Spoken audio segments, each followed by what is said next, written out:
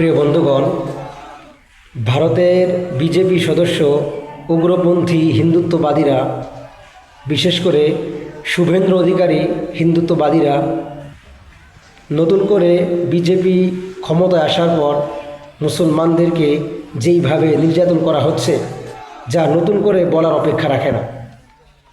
মুসলমানদের বাড়িঘর ভেঙে চুরমার করা হচ্ছে, মুসলমানদের মসজিদগুলো ভেঙে চুরমার করে দেওয়া হচ্ছে।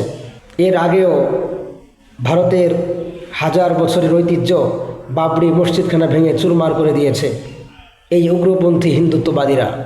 এখন মুসলমানদের মসজিদের মধ্যে ঢুকেও মুসল্লিদেরকে মারপিট করতেছে, মুসলমানদেরকে আঘাত করতেছে, মুসলমানদেরকে রক্তে রঞ্জিত করতেছে এই উগ্রপন্থী হিন্দুত্ববাদীরা।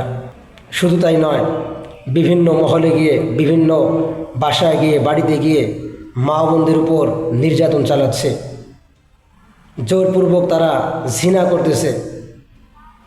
ভাই, মনে রাখবেন, আল কুফরু মিল্লাতুন ওয়াহিদা, সমস্ত কুফর শক্তি এক, তথা কাফের, মুশরিক, বেঈমান, ইহুদি, খ্রিস্টান, হিন্দুত্ববাদীরা সমস্ত কুফরি শক্তি এক।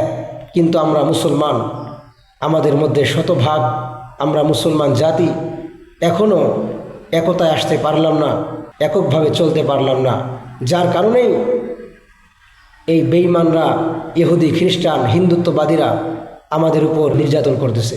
আমি ভারতের মুসলমানদেরকে বলতে চাই, আপনারা আপনাদের ইতিহাস ভুলে যাবেন না। যদি উগ্রপন্থী হিন্দুত্ববাদীরা আপনাদের উপর জুলুম করে নির্যাতন করে, তাহলে সকলেই আল্লাহ তাআলার উপর ভরসা রেখে, তাওয়াক্কুল রেখে ওই হিন্দুত্ববাদীদের বিরুদ্ধে মাঠে ময়দানে নেমে যান। ইনশাআল্লাহ আল্লাহ সুবহানাহু ওয়া তাআলা অবশ্যই সাহায্য করবেন।